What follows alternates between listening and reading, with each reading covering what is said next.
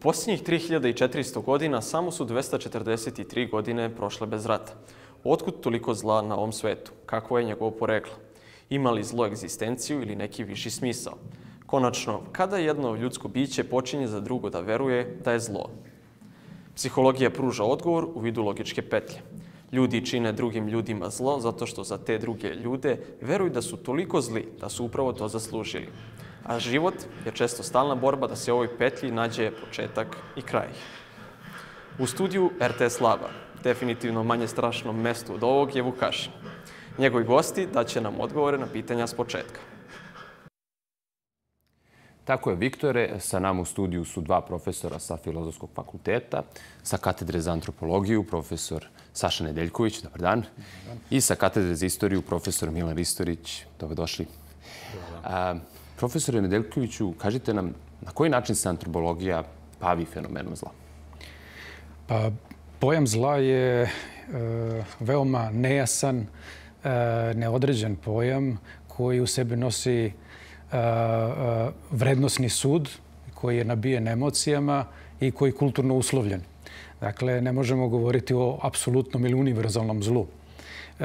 Tako da antropologija kao nauka koja se bavi različitim kulturama vrši uporednu analizu shvatanja zla, primjene zla, kako se pojam zla predstave u zlu i primjena zla, ako tako možemo da kažemo, menjala tokom istorije na određenom prostoru ili na nekom širem prostoru.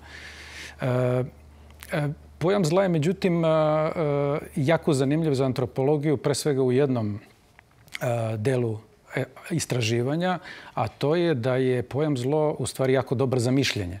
On je veoma težak za naučnu upotrebu, ali je veoma dobar za kontrolu, budući da onaj ko ima moć u jednom društvu ili na širem prostoru, ukoliko posjeduje sposobnost da podeli stvarnost na ono što je prihvatljivo, poželjno, dobro i na ono što je neprihvatljivo ili nepoželjno, može da kontroliše šta ljudi misle, šta govore i kako se ponašaju. U tom smislu je antropologija, kao i druge naučne discipline srodne, usmerena na to da prouči kako se različite koncepcije zla stvaraju, kako se kontekstualizuju i kako onda prerastaju u neku naučnu, odnosno društvenu činjenicu. Jedna od osnovnih stvari, to je rekao kolega na početku, je upravo podela sveta na nas i druge, odnosno podela mi drugi, gde smo mi oni koji pripadamo svetu pravih vrednosti, onome što je stvarno, što je pravedno, istinito i dobro, a ovi ostali su manje ili više zli, predstavljaju opasnost, odnosno predstavljaju metu nad kojom, odnosno koju mi želimo da, znači neku drugu zajednicu koju mi želimo da potčinimo ili da je osvojimo. Tu ste mi dobro dali sad uvertiru za profesora Ristovića. Mi imamo primjer 20. veka koji je jedan od najsurovijih u ljudskoj istoriji po količini stradanja i zla koje se njemu desilo. Historičar Erich Hobsbawm ga je nazvao dobom ekstrema. Pa zbog čega se zlo javlja u najrazvijenijim civilizacijama? Ono je uvek bilo prisutno, dakle, u svim civilizacijama, u svim religijskim sistemima. Ono predstavlja jedan od važnih segmenata zapravo razmišljanja o svetu, dakle, i onome što se događa ljudima. I ako pogledamo, dakle, još od antičkih vremena vidjet ćemo zapravo kako se pojmovi zla drugačije shvataju i tumače. Terminološki, recimo, imate na grčkom jeziku u originalu Novoga Zaveta, koji je pisan na grčkom jeziku, imate, koliko se dobro sećam, 4 različita termina za opisivanje različitih situacija i ta sva 4 termina su kasnije prevedene jednim jedinim u vulgati, recimo. Drugi sistemi drugačije posmatraju to. Islam to drugačije posmatra, u judaizmu imate drugačiji jedan pristup. Ono što je vezano za modernog čovjeka, to je zapravo da se javlja i sumnja uopšte u upotrebu upotrebnu vrednost zla i termina zla. I tu imamo one koji spadaju u skeptike. Prvi je možda najznačajnije bio Friedrich Nietzsche, koji je govorio da je taj termin opasan. Njegova upotreba je zapravo vodi ka demonizaciji drugoga. Kolega je ovdje već pomenuo da to jeste bilo jedna od tih glavnih funkcija u tom jednom manihejskom posmatranju i podeli sveta. 20. vek je doneo zapravo ta ogromna razaranja i nije slučajno što je posle završetka drugog svjetskog rata došlo do pojačanog zanimanja za ovaj fenomen i njime se bave od pravnika, sociologa, psihologa i naravno istoričari su prinuđeni u svojim istraživanjima da se suočavaju s ovim fenomenom. Naravno, kako razumeti, kako dati odgovor na ono što se dogodilo, imajući u vidu zapravo razmere razaranja koje su ljudi činili jedni drugima, posebno u Drugom svjetskom ratu, a i u prethodnim ratovima.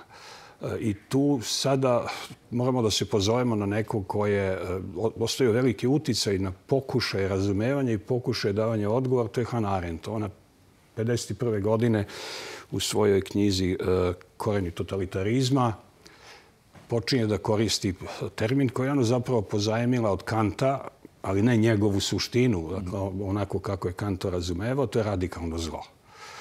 Za nju je radikalno zlo, da pojednostavimo, dakle, jedan sistem koji ljudima oduzima ono što je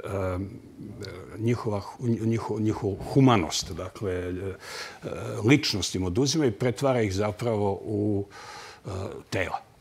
I ona je naravno imala u vidu ono što se događalo recimo u logorima smrti, u koncentracionim logorima, u gulazima, dakle da vi morate da se odreknete nasilno svog identiteta kad ulazite u logor, dobijate jedan drugi, dobijate broj i vas stavljaju u neku od tih kategorija, dakle, zatočenika. Znači, to je nešto što je na suštinskom nivou, po njenom mišljenju, bila karakteristika tog radikalnog zla. Ona menja 10 godina posle toga, prateći suđenja Eichmannu, dakle, 61. godine, i dolazi do jednog drugog zaključka koji je za nju možda bio još strašniji. Dakle, izlazi sa tezom da se zapravo radi o zlu koje je banalno.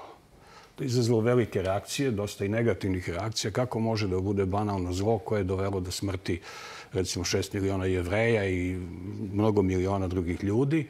I ona je zapravo u svojoj analizi pokazala da su po njenom shvatanju mnogo strašniji proizvođači zla oni koji sede za pisaćim stolovima, dakle birokrate zla kakav jeste bio Eichmann, koji nikad nikoga svojom rukom, nekakvim oruđem ili oružjem nije usmrtio, ali njegov potpis bio dovoljan da prilike negdje preko 400.000 mađarskih Jevreja završi u koncentracionim logorima. Dakle, baveći se time, ona je pokazala zapravo da nisu samo patološki tipovi, kako je bilo stereotipno, uobičajeno tumačenje proizvođači zla, već takozvani obični ljudi. Profesor Ristović, ovdje ćemo da samo na kratko odemo ponovo do Viktora, koji ima jednog interesantnog sagovornika, pa ćemo da nastavimo razgovor. Tako je, Vukačine, nalazimo se na izložbi srednjovekovnih sprava za mučenje. Nešto više o samoj izložbi reći će nam naš sagovornik Ivan Urošević. Dobar dan, hvala. Nalazimo se upravo ispod Vojnog muzeja, u kazamatima ispod Vojnog muzeja, Beogradskoj tvrđavi, na jednoj specijalnoj izložbi srednjovekovnih sprava za mučenje, u ambijentu koji dosta podsjeća na same zatvore i kazamate.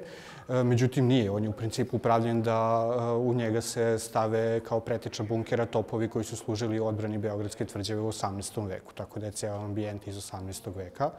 Izložba je i dalje u gostujućem statusu na Beogradskoj tvrđavi i pokušava da predstavi taj, da kažem, sociološki, filozofski fenomen mučenja kroz istoriju civilizacija, uglavnom evropskih, ali i svetskih civilizacija. Sama izložba sadrži oko 60 eksponata sa grafičkim zvučnim prikazima i objašnjenjima na srpskom i engleskom jeziku i pokušava da probudi svest današnjih ljudi, današnje civilizacije, kako je to stvarno postojalo, kako ne bi sakrivali glavu, kako se to dešavalo, nažalost i dan danas se dešava, da pokuša opet da probudi svest da se to ispravi na neki način, da se zna i da svako od nas zna da to u stvari ne treba da se radi. Ceo fenomen uglavnom potiče iz dogmatizma crkve uglavnom, gde su svi ljudi u srednjem veku pokušavani da se navedu da misle samo na jedan način i ono što im se kaže da razumeju kao da je bukvalno istina. Nije bilo dozvoljeno nikakvo teoretisanje, što se od toga i sve se smatralo kao teorizam, što se suprotstavljalo samoj veri i dogmi. Tako da iz tog perioda imamo ovde 60 eksponata gde posetioci svakodnevno mogu da dođu da posete i da se upoznaju sa kratkom istorijom učenja iz srednjeg veka. Ivane, hvala vam na razgovoru. Studio. Brojni primjeri koji su u ovoj knjizi razmatrani utvrdili su me, nažalost, u uverenju da naša književna kritika, kultura pa i društvo tonu u blato čisto ideoloških diskvalifikacija, drugačijih umetničkih i teorijskih stanovišta u aroganciju, nekulturu, a često i u zlo, te da nosioci takvih praksi pokazuju suštinsko nerazumevanje bića sopstvene književnosti, jezika, kulture i naroda. Naša sljedeća gošća je autor knjige Zlo u književnosti i kulturi. Sa njom razgovara Jelena Đakić. Zadovoljstvo mi je da pozdravim književnog kritičara Slađanu Ilić. Slađana, dobrodošli u RTS Lab. Hvala vam. Kada govorimo o književnosti, pogotovo savremenoj književnosti, vidimo da svetsku popularnost stiču knjige danas u kojima su glavni likovi u stvari antijunaci. Čovjek po imenu Uve, normalni ljudi. To je neka tendencija i u našoj domaćoj književnosti. Šta to govori o savremenom čoveku? Pa i u književnosti postoje različite vrste antijunaka. Ako je neko antijunak, to ne znači nužno da je on zao. Antijunak može biti i onaj koji je jednostavno nezainteresovan za manifestacije spoljašnjeg sveta, koji je okrenut sebi i koji otklon nalazi ili u samoći ili u nekoj vrsti delanja i stvaralaštva. Šta to inače govori o svetu? Antijunaci nisu karakteristični samo za književnost 20. i 21. veka. Uvijek su postojali kroz književnost. Govori da su ljudi zapravo od uvek bili i jesu usamljenici, da su takvi ljudi izuzetno visoko osetljivi, što može svakako biti dobro za književnost ili neku drugu umetnost ukoliko su oni stvaraoci, a za život to je uglavnom komplikovano. Antijunaci su najčešće usamljenici, također visoko osetljivi i oni ne moraju nužno biti zli prema drugim junacima koji čine neku knjigu, neke priče. Hajde da pogledamo kako kinematografija prikazuje zlo. Šta je dobro u horor filmovima, iako je osnova tog žanra zlo? Zašto ih volimo, zašto ih gledamo i šta nam je primamljivo u tom osjećaju straha? Audiovizualna umetnost, film, u nama može izazvati različita osjećanja, empatiju, suze i radost, ali i osjećaj jeze, strave i zgražavanja. U horor žanru to je postignuto različitim efektima. Tu su neobična svetla, krici, šumovi i specijalno komponovana muzika. Međutim, ono što nas često najviše plaši na filmu je zlo koje nije direktno predstavljeno. Zlo na filmu nekad može biti i zaodenuto u lepotu, kao što je slučaj sa žanrom film noara i sa femme fatale junakinjama, kao što je recimo Dama iz Šangaja Orsona Wellesa, ili junakinja iz filma Fatalna privlačnost. Ali zlo je često i manifestacija neke psihološke frustracije samog junaka i ikoničan je primer Normana Batesa iz filma Psiho Hitchcockovog, u kome je junak zapravo na neki način frustriran edipalnim kompleksom. To što nas zlo na filmu privlači može biti manifestacija nekih potisnutih sadržaja svesti, morbidnih fantazija. S druge strane, razlog zašto volimo da gledamo takve filmove može biti i oslobađanje od strahova. isto tako neki zli filmski lik može da predstavlja i kolektivno nesvesno jedne zajednice i takav je primjer recimo klovna Pennywise-a koji je izašao iz mašte Stephena Kinga, koji traumatizuje decu iz jednog malog mesta, a u stvari upravo se iza te neke ušminkane konzervativne zajednice krije neko sveprisutno zlo. Da li je zlo u nama kao tema popularnije od zla u vidu čudovišta i drugih fiktivnih paranormalnih stvorenja? Mislim da su daleko atraktivniji ti psihološki horori i psihološki trileri gde je zlo prisutno u samom čoveku i gde nije ospoljeno kroz neki čudovišni entitet. U tom smislu mislim da su daleko kamerniji horori, su daleko potentniji od nekih vizualno raskošnih. Film je vid umetnosti koji dobro oslikava našu stvarnost, pa tako horor može biti i strašna prenesena slika zla u jednoj zajednici. Savremene psihološke teorije, kao i nova naučna saznanja, stvaraocima horor filmova dali su dovoljno novih znanja o prirodi tamne strane čoveka, a tako i čitavog sveta. U vašoj knjizi odgovorili ste na mnoge napade na lik i delo Ive Andrića, Njegoša, Dobrice Ćosića.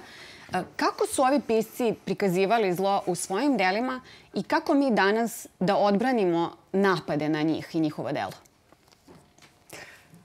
Pa njihovo delo, osobito ukoliko govorimo o delu Ive Andrića, je veličanstveno i ono se samo brani.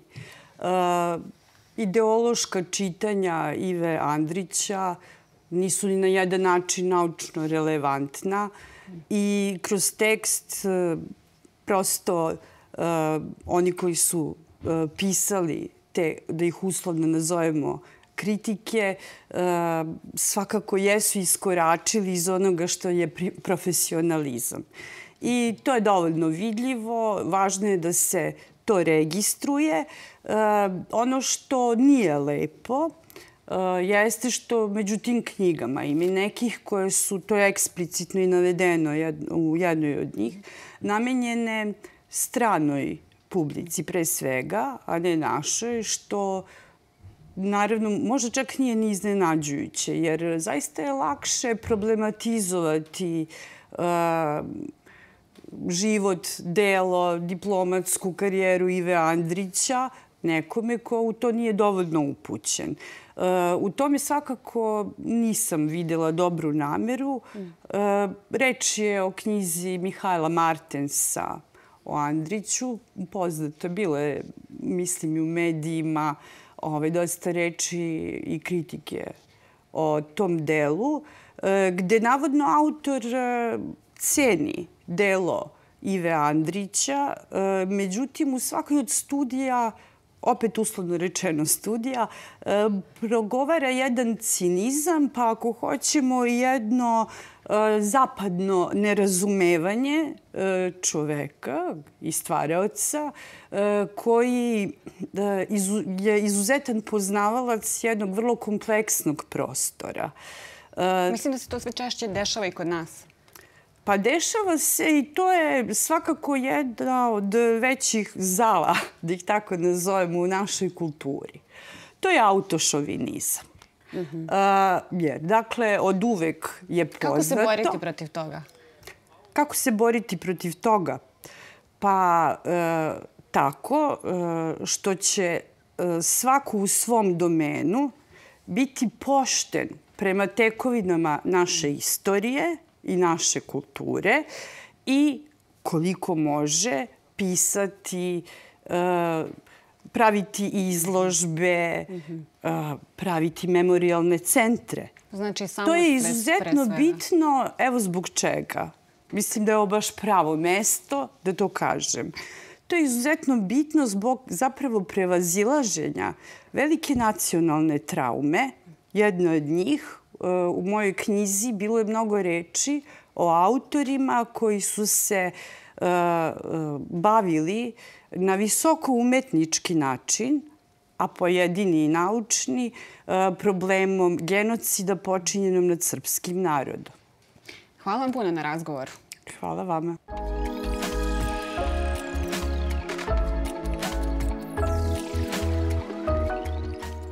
Lucifer nije samo neiscrpni motiv umetničkih dela, on je deo svih nas.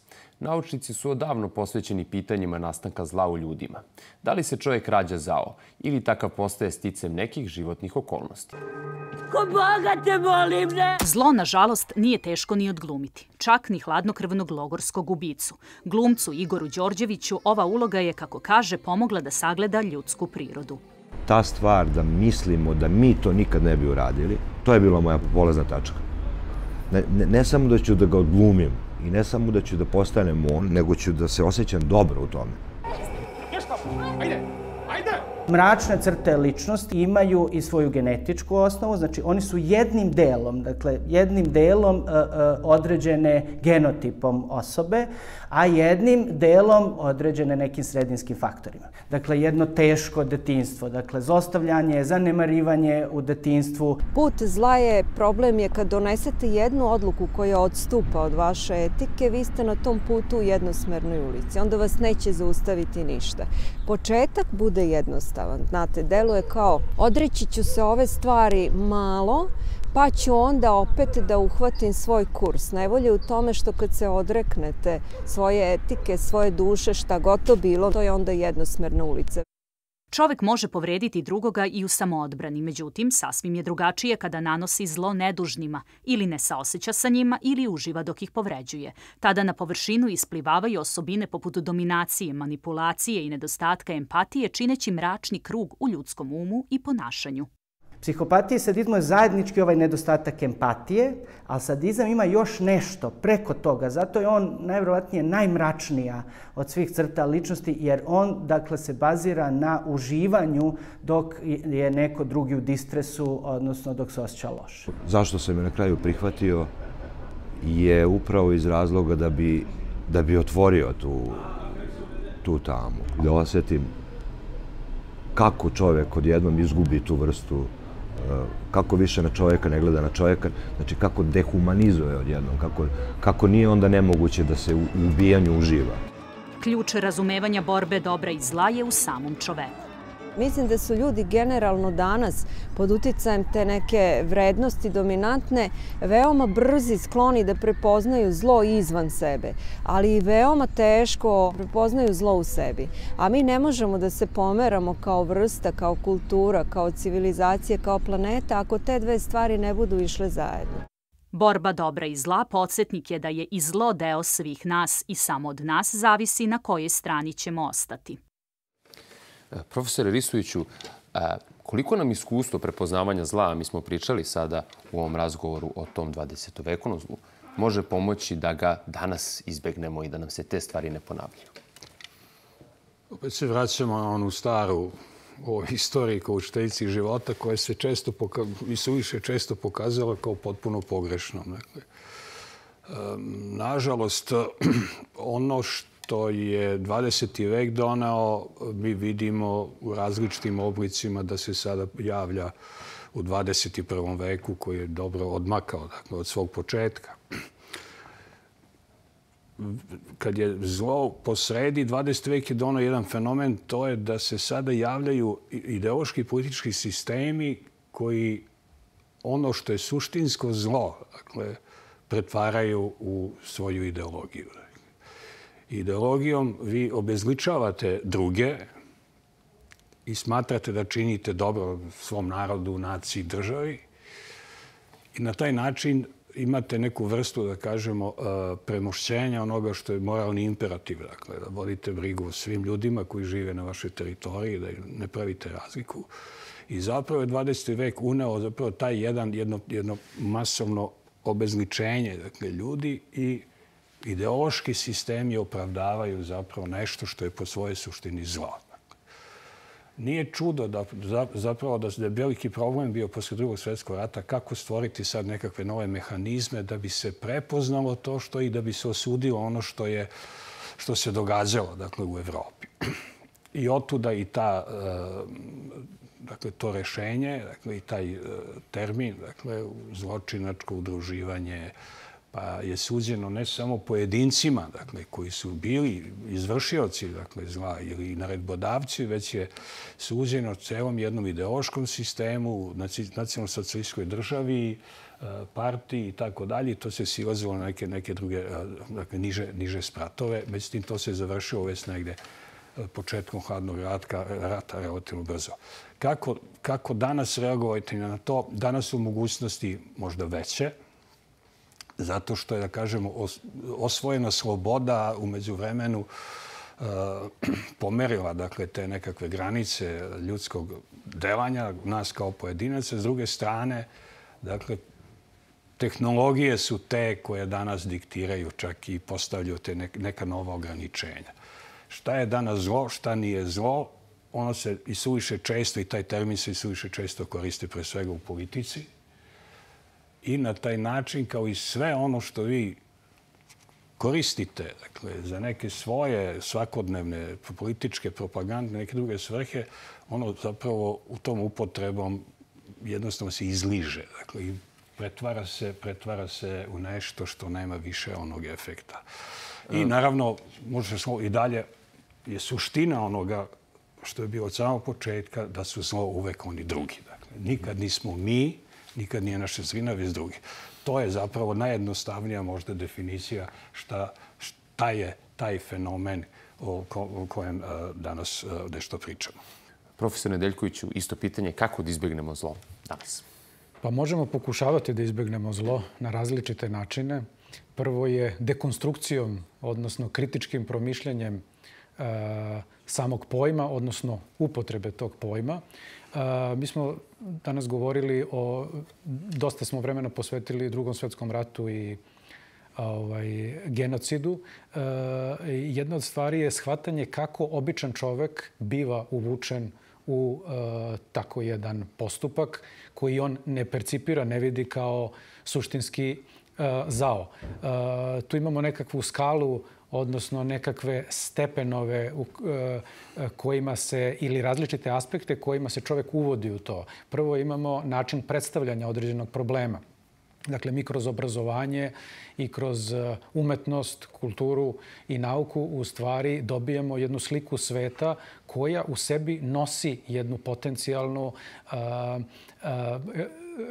klicu zla. Naravno, niko nas ne snabdeva zlom, ali mi odvajanjem određenih kategorija, drugačijim procenjivanjem, davanjem određenih značenja, dobijamo jedan potencijal da se to jednog dana izrodi u nešto drugo. Zatim imamo problem distanciranja koji je bio naročito važan u toku Drugog svjetskog rata.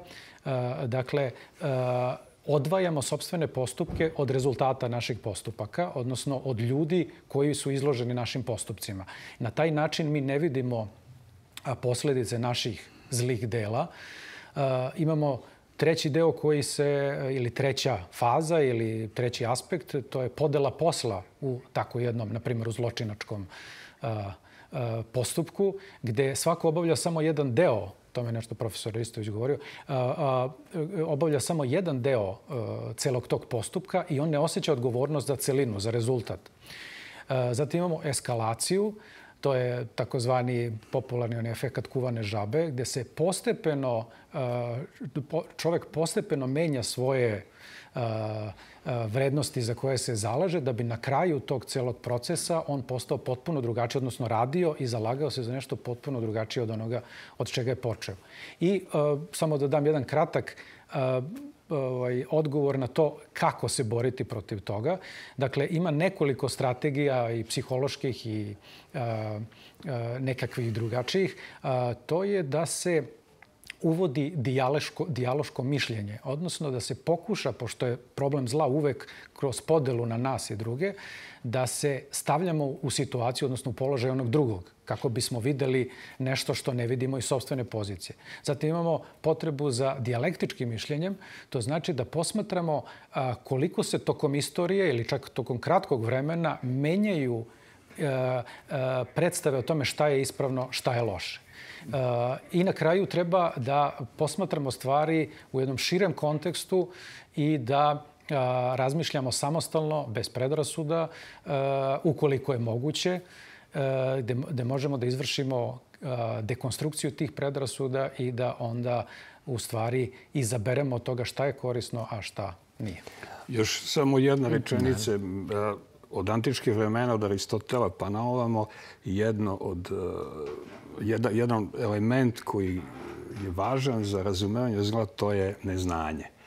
Neznanje je bilo uočeno kao jedan od uzroka, dakle, onoga što mi razumemo kao zlo. RTS Lab se svakako trudi da širi znanje. Poštovani profesori, hvala vam što ste bili naši gosti i što ste govorili za RTS Lab. Hvala. Viktor je i dalje na mestu starih zločina, ali sa utešnom porukom za sve nas. Francuska narodna poslovica kaže da će sve proći osim dobra koje si učinio. Zlo je dakle prolazno, dok je dobro večno. RTS Lab je mesto gde se znanje čuva i prenosi, sa ciljem da dobro ostane posle nas. Doviđenja.